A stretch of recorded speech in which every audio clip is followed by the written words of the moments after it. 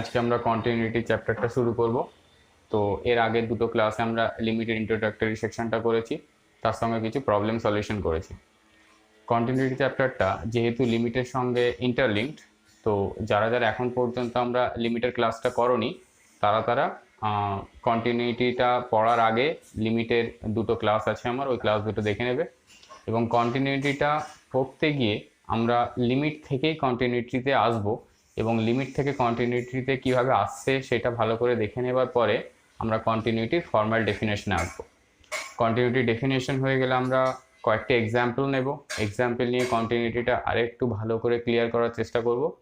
তারপরে আমরা কন্টিনিউটির কিছু প্রপার্টিজ আলোচনা করব, এবং আমাদের ইন্ট্রোডাক্টরি ক্লাসে আমরা এগুলো করব। আর প্রবলেম সলিউশনের জন্য আমরা এরপরে আর একটা ক্লাস করব, যেটাতে এশিয়ানদের বই থেকে কন্টিনিউটির বেশ কিছু প্রবলেম সলিউশন করব। তো আমরা চলে আসছি আজকের ক্লাসে।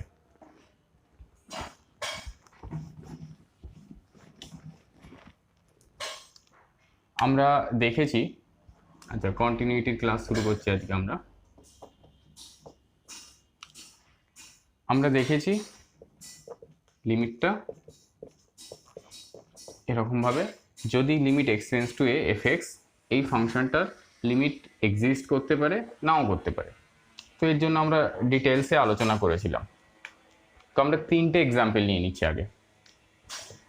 যদি এফ এক্স, এই প্রবলেমটা দিয়েই আমরা শুরু করেছিলাম লিমিট। আর একটা এক্সাম্পল নিচ্ছি,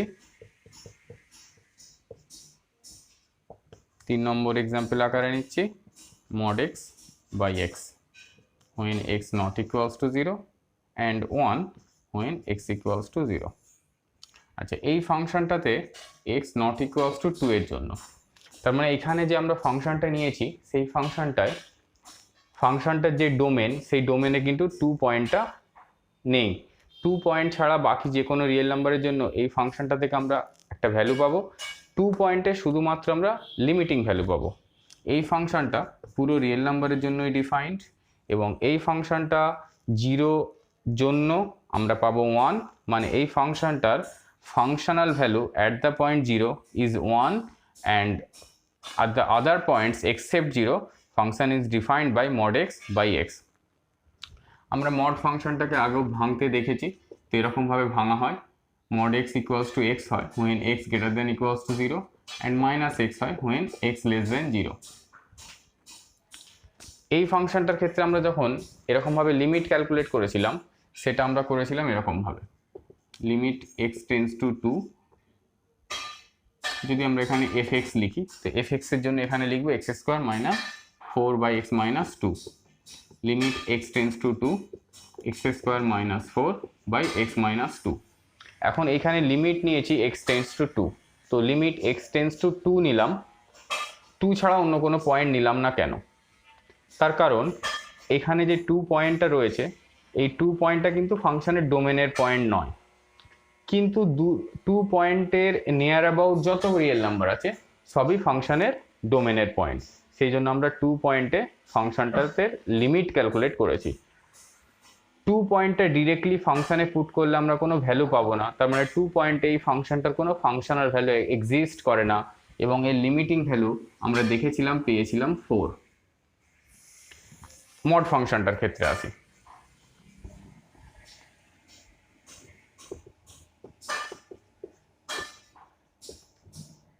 তো এখানে কেন আমরা 0তে লিমিটটা নিলাম, 0 ছাড়া অন্য কোনো পয়েন্টে কেন লিমিট নিইনি? তার কারণ আমরা দেখছি এখানে ফাংশনটার ব্রেক আছে 0 পয়েন্টে। 0 পয়েন্টের ডান দিকে ফাংশনটার নেচার একরকম, 0 পয়েন্টের বাম দিকে ফাংশনটার নেচার অন্যরকম। তো যেহেতু 0 পয়েন্টে ফাংশনটার ব্রেক আছে, সেই জন্য আমরা ফাংশনটার লিমিট 0তে আলোচনা করছি। তো এই ফাংশনটাতে কিন্তু আমরা ডিরেক্ট লিমিট ক্যালকুলেট করতে পারবো না, লেফট হ্যান্ড লিমিট আর রাইট হ্যান্ড লিমিট দুরকমভাবে আমাদের ক্যালকুলেট করতে হবে। তো লেফট হ্যান্ড লিমিট মানে যদি এই 0 পয়েন্ট নেওয়া হয়, 0 পয়েন্টের বাম দিক থেকে একবার 0-র দিকে অ্যাপ্রোচ করা যায়, আর 0 পয়েন্টের ডান দিক থেকে 0-র দিকে অ্যাপ্রোচ করা যায়। যখন এই দিকে আমরা অ্যাপ্রোচ করছি, 0 লেফট থেকে 0-র দিকে অ্যাপ্রোচ করছি, তখন হচ্ছে লেফট হ্যান্ড লিমিট। যখন 0-র ডান দিক থেকে 0-র দিকে অ্যাপ্রোচ করছি, তখন হচ্ছে রাইট হ্যান্ড লিমিট। তো লেফট হ্যান্ড লিমিটটাকে আমরা এইভাবে লিখব, limit X tends two 0 negative F x তো এফ এক্স এর ভ্যালু হচ্ছে minus of x. Limit x tends two zero positive f x. তো এফ এক্স যখন জিরোর থেকে বেশি এক্স এর ভ্যালু, তখন ফাংশনের ভ্যালু হলো এক্স।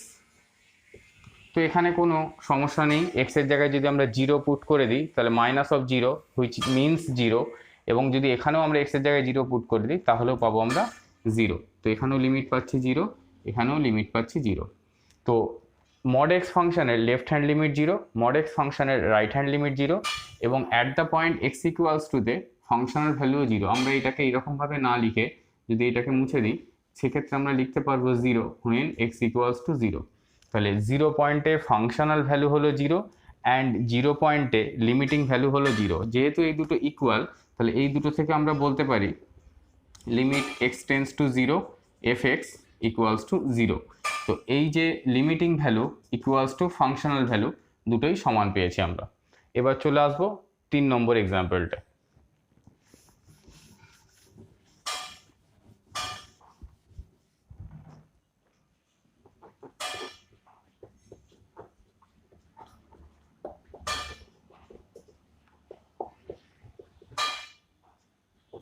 তো এখানে যে মডটা রয়েছে, আমরা যদি মডটাকে by the definition of mod ভেঙে নিই, সেক্ষেত্রে যখন এক্স এর ভ্যালু জিরোর থেকে বেশি তখন mod x gives us x when x greater than 0, 1 when x equals to 0।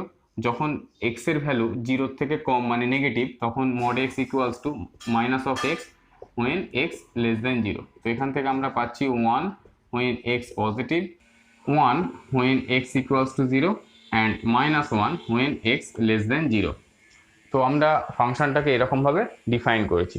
এছাড়াও আমরা ফাংশনটা যদি একটু আলাদাভাবে ডিফাইন করতাম, তাহলে এখানে যদি আমরা x ইকুয়ালস টু 0 নিতাম, তাহলে আমরা পেতাম এখানে 0, এখানে পেতাম 0, এখানে পেতাম 0।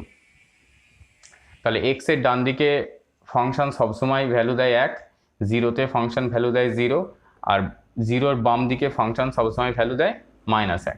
এখন এই ফাংশনটা যদি আমরা লিমিট ক্যালকুলেট করি, তো লিমিট ক্যালকুলেট করলে কীরকম আসবে?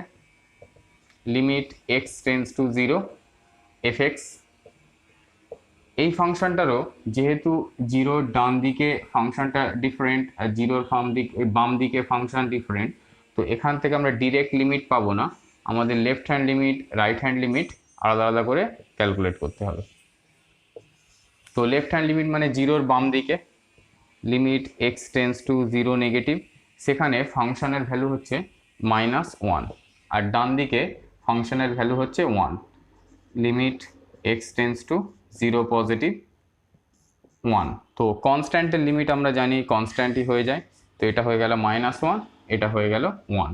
তো এই ফাংশনটা লেফট হ্যান্ড লিমিট আর রাইট হ্যান্ড লিমিট দুটো আলাদা, যেহেতু দুদিকের লিমিট ডিফারেন্ট ভ্যালু দিয়েছে, সেই জন্য এই ফাংশনটার লিমিট এক্সিস্ট করে না at the point x equals to 0।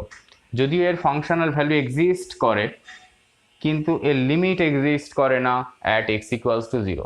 তাহলে আমরা দেখলাম শুধু যে একটা ফাংশনের লিমিট, আমরা এর আগে এক্সারসাইজে যত প্রবলেম সলভ করেছি সকলেরই লিমিট এক্সিস্ট করছিল, কিন্তু এই ফাংশনটার ক্ষেত্রে কি দেখছি না, ফাংশনটার লিমিটটাই এক্সিস্ট করছে না, এবং এক্সিস্ট না করার কারণ হলো লেফট হ্যান্ড লিমিট আর রাইট হ্যান্ড লিমিট দুটো ডিফারেন্ট ভ্যালু দিয়েছে। আর কি কি কারণে লিমিট এক্সিস্ট করে না সেটাও একটু বলে নিই।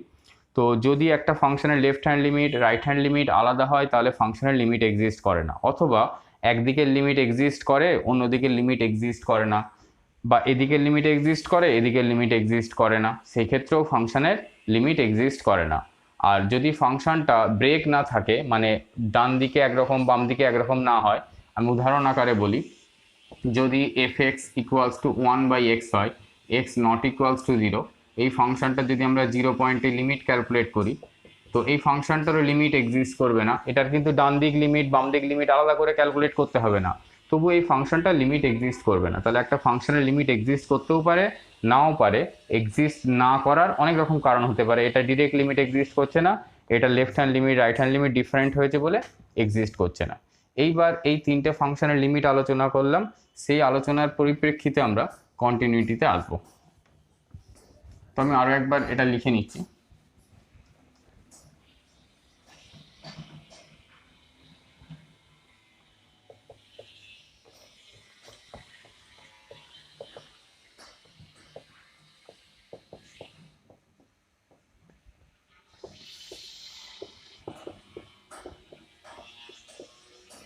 তো এই ফাংশনটার লিমিটের ভ্যালু পেয়েছিলাম 4, এর লিমিট পেয়েছি 0, এর লিমিট ডাজ নট এক্সিস্ট।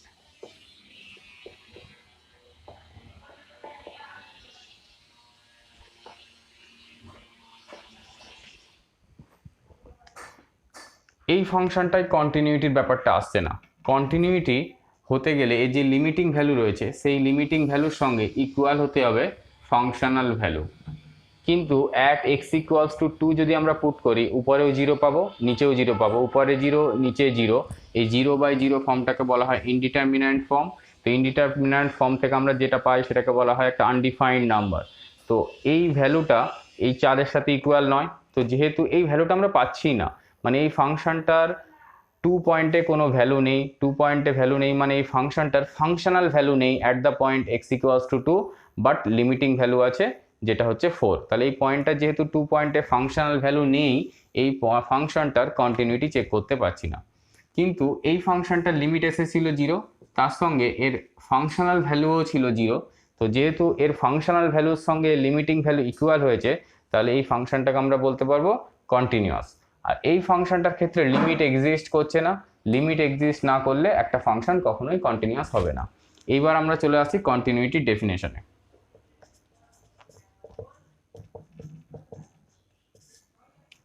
যদি এফএক্স একটা ফাংশন হয়, তো এই ফাংশনটার অ্যাট এক্স ইকুয়ালস টু এ পয়েন্টে ফাংশনটাকে কন্টিনিউয়াস বলা হবে ইফ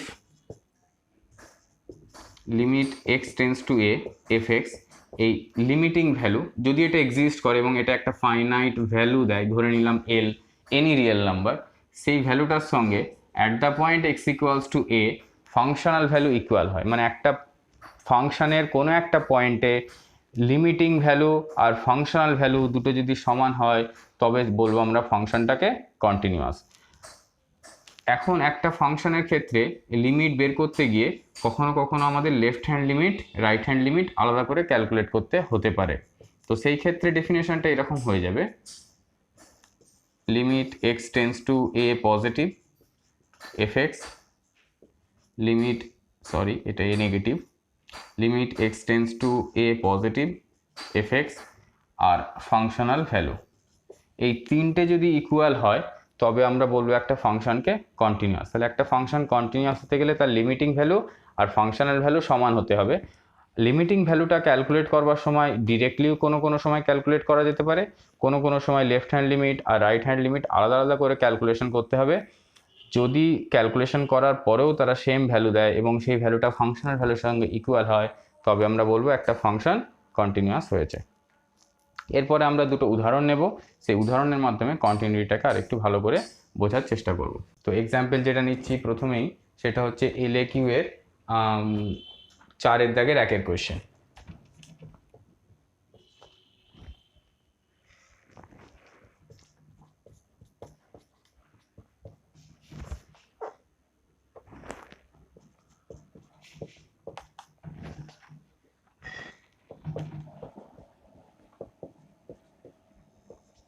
তো আমরা আমাদের যে এই প্রশ্নটায় যেটা বলা আছে সেটা হলো যে at the point x equals to 1 এই ফাংশনটা যদি কন্টিনিউয়াস হয় তাহলে এ এর ভ্যালু কত হবে। তো কন্টিনিউয়াস হলে ফাংশনটা লিমিট এক্সিস্ট করতে হবে, এবং এই ক্ষেত্রে আমরা দেখতে পাচ্ছি 1 পয়েন্টের লেফট সাইডের লিমিট আমাদের আলাদা রকমভাবে বের করতে হবে, 1 পয়েন্টের রাইট সাইডের লিমিট আলাদা করে বের করতে হবে। যেহেতু ফাংশনটা লেফট হ্যান্ড সাইডে একরকমভাবে ডেসক্রাইব করা আছে, রাইট হ্যান্ড সাইডে ডিফারেন্ট ওয়েতে ডেসক্রাইব করা আছে। তো আমরা আগে লিমিটটা বের করে নিচ্ছি। Limit x tends to 1 F x, তো এটা দুটো ব্রাঞ্চ হয়ে যাচ্ছে, একটা লেফট হ্যান্ড লিমিট আর একটা right hand limit. Left hand লিমিটের ক্ষেত্রে আমরা পাচ্ছি limit x tends to 1 negative, তো 1-এর বাম দিকে ফাংশনটা হচ্ছে এক্স প্লাস 1। তো এর লিমিটিং ভ্যালু হচ্ছে, খুব সহজেই আমরা এক্সের জায়গায় যদি 1 বসিয়ে দিই কোনো প্রবলেম নাই, তো এক্সের জায়গায় 1 বসিয়ে দিলাম, আমরা এর লিমিটিং ভ্যালু পেলাম 2। রাইট হ্যান্ড লিমিটের ক্ষেত্রে আমরা পাচ্ছি limit x tends to 1 positive, তো সেই ক্ষেত্রে ফাংশনটা ডেসক্রাইব করা আছে thrice minus a x square. তো এখানে আমরা লিমিটের ভ্যালু পাচ্ছি 3 মাইনাস এ ইন্টু 1-এর স্কোয়ার, দ্যাট মিন 3 মাইনাস এ।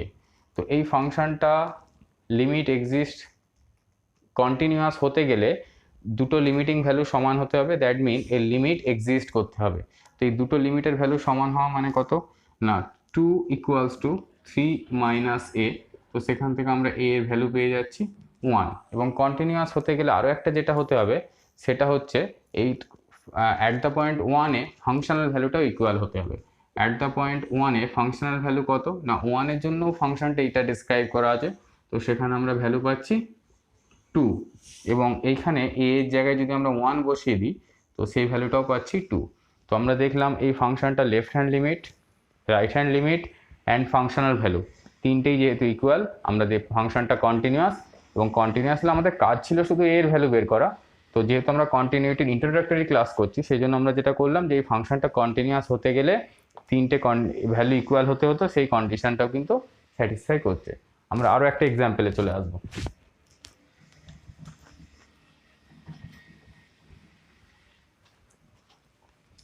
এবার যে কোয়েশ্চেনটা নিচ্ছি সেটা হলো এসএকিউ এর কোয়েশ্চেন নাম্বার 3।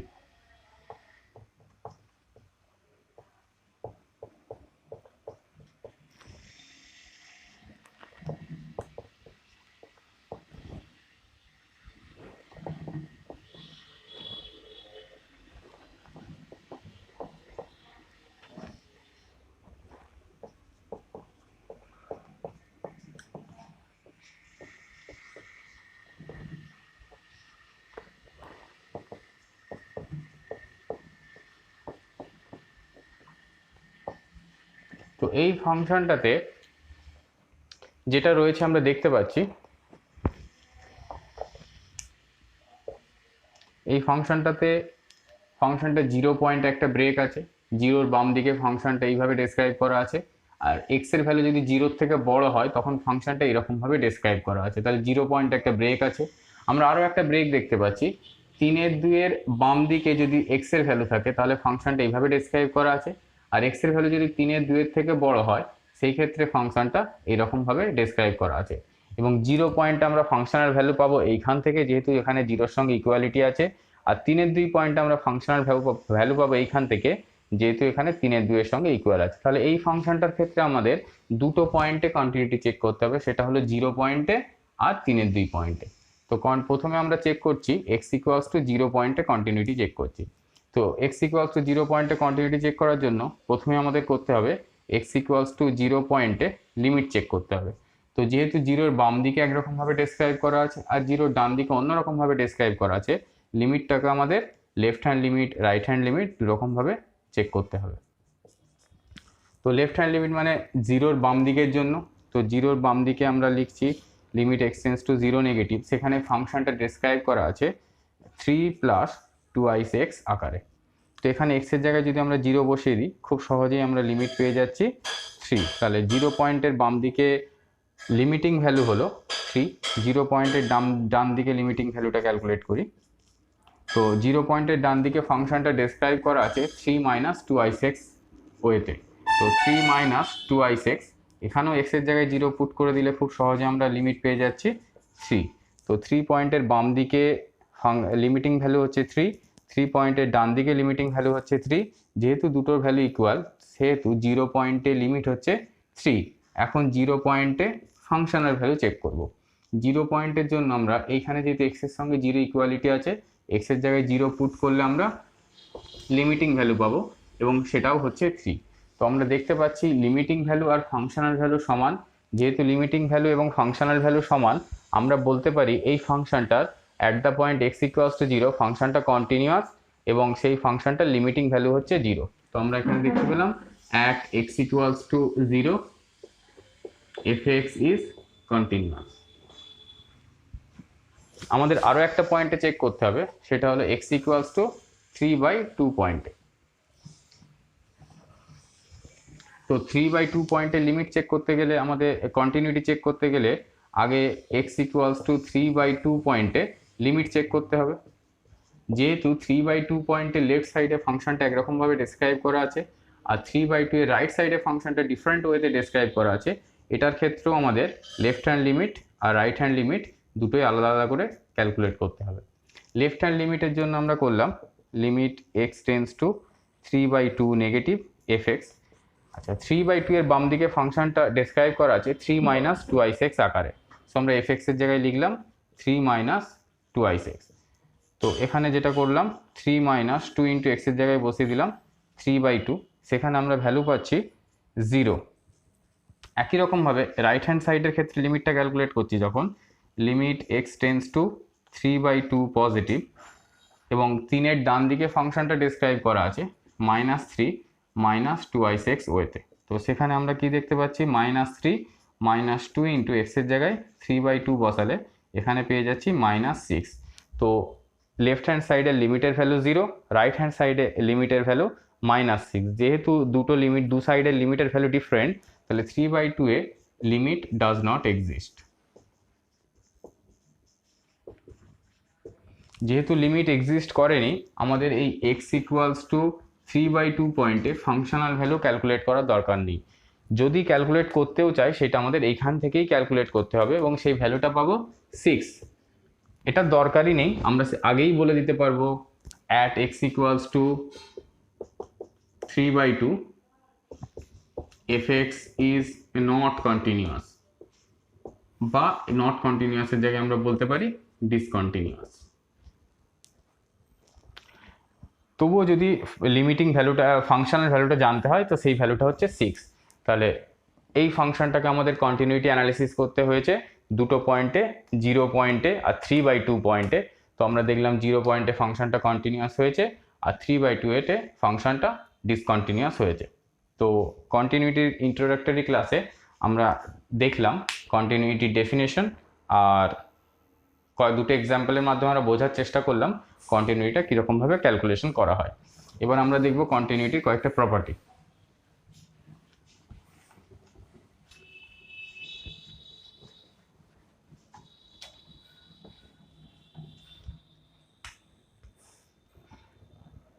এক নম্বর, যদি fx আর gx দুটো ফাংশন থাকে, দুজনেই যদি, এক নম্বর, ইফ fx gx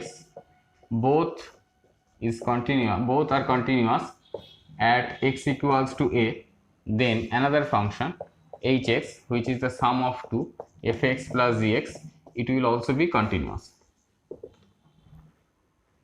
যদি fx আর gx both are continuous হয় at x equals to a, then the sum of the two function, two continuous function, is always another continuous function.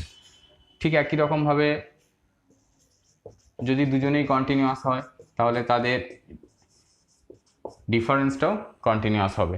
যদি দুজনেই কন্টিনিউয়াস হয় ঠিক একই রকমভাবে তাদের মাল্টিপ্লিকেশনটাও কন্টিনিউয়াস হবে। যদি দুজনেই কন্টিনিউয়াস হয় তাহলে একই রকমভাবে তাদের ডিভিশনটাও কন্টিনিউয়াস হবে, কিন্তু এখানে একটা শর্ত হলো, এই gx ফাংশনটা যেটা নিচে ডিনোমিনেটরে আছে, এই ফাংশনটার কিন্তু limit at x equals to a gx, এই ভ্যালুটা 0 হওয়া যাবে না। মানে কন্টিনিউটি চেক করছি যখন, তার লিমিটটাও চেক করতে হয় এবং লিমিটটা এক্সিস্ট করতে হয়, লিমিটের একটা ভ্যালু থাকতে হয়, লিমিটের সেই ভ্যালুটা 0 হওয়া যাবে না at x equals to a তে। যদি 0 ছাড়া অন্য কোনো ভ্যালু হয় তাহলে কিন্তু এই ফাংশনটাও কন্টিনিউয়াস হবে। তো কন্টিনিউটির ইন্ট্রোডাক্টরি ক্লাস আমাদের আজকে এই পর্যন্তই থাকলো। তোমরা কন্টিনিউটি ইন্ট্রোডাক্টরি ক্লাসটা ভালো করে একটু বুঝবে, আর যদি থিওরিতে বোঝার কারোর কোনো প্রবলেম থাকে তোমরা ডিসকাস করবে যে কোনো সময়, always feel free to discuss. আর এর পরের ক্লাসে আমরা যেটা করব সেটা কন্টিনিউটির এক্সারসাইজটা থরলি সলভ করব। যদি কারোর কোনো আলাদা করে প্রবলেম থাকে, প্রবলেম নিয়ে হোক বা থিওরি নিয়ে হোক, তোমরা অবশ্যই যোগাযোগ করবে।